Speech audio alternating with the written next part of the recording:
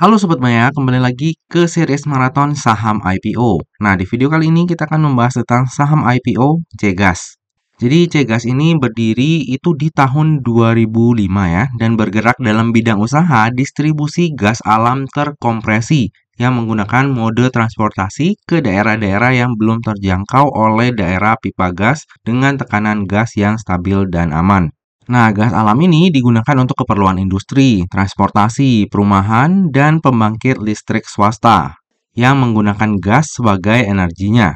Nah, untuk daerah distribusinya Cegas bisa kita lihat di sini ya Sobat Maya. Untuk mother stationnya itu ada di Cikarang, Sidoarjo, Grobogan, dan juga Palembang.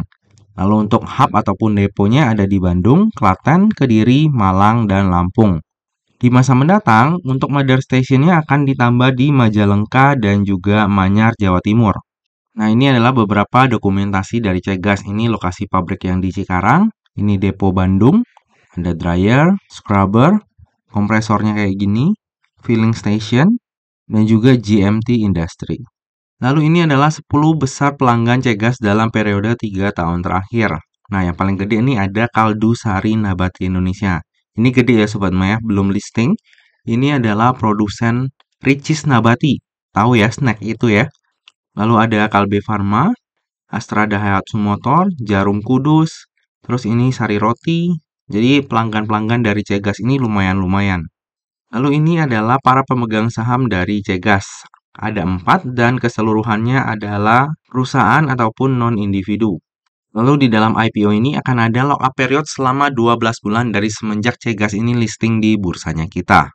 Nah, ini adalah laporan kinerja dari Cegas. Kalau misalnya kita lihat dari tahun 2020 hingga tahun 2022, pendapatan dari Cegas ini selalu meningkat ya dari waktu ke waktu.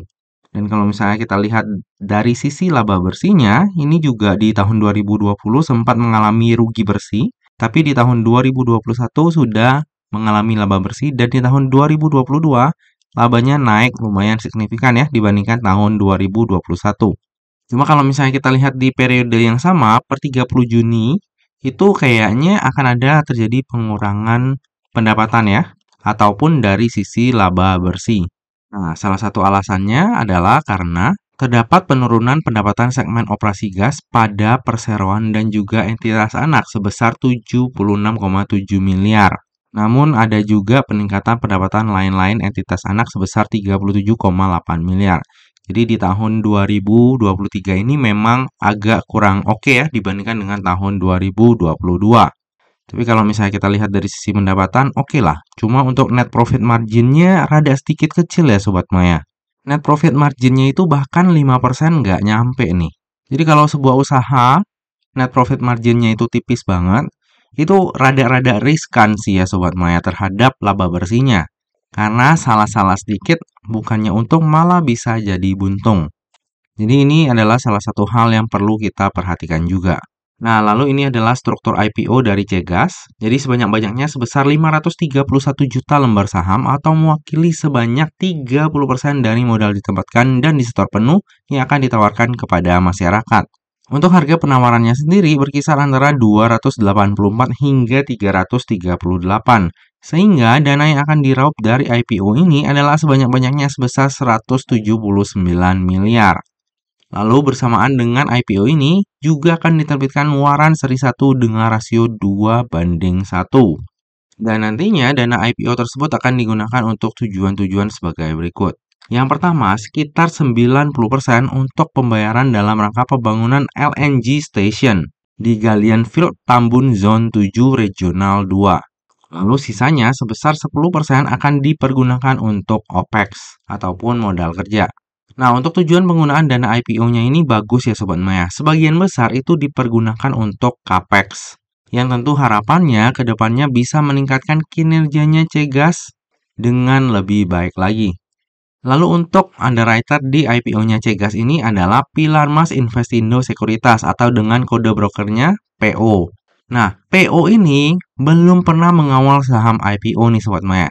Jadi ini adalah perdana ataupun pertama kalinya PO mengawal saham IPO. Jadi menarik juga ya untuk kita tunggu apakah nantinya PO ini akan mengawal saham IPO dengan bagus atau justru sebaliknya.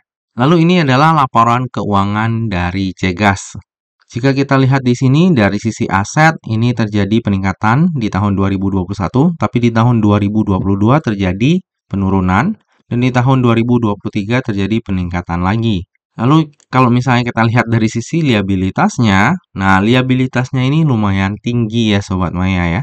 Tahun 2023 ini DR-nya udah di atas 1 kali. Nah, dari sisi ekuitas ini nggak terjadi banyak peningkatan ya Sobat Maya, karena mereka tuh nggak menambah setoran baru. Jadi setoran modal baru itu nggak ada, cuma mereka ada melakukan konversi saldo laba menjadi saham.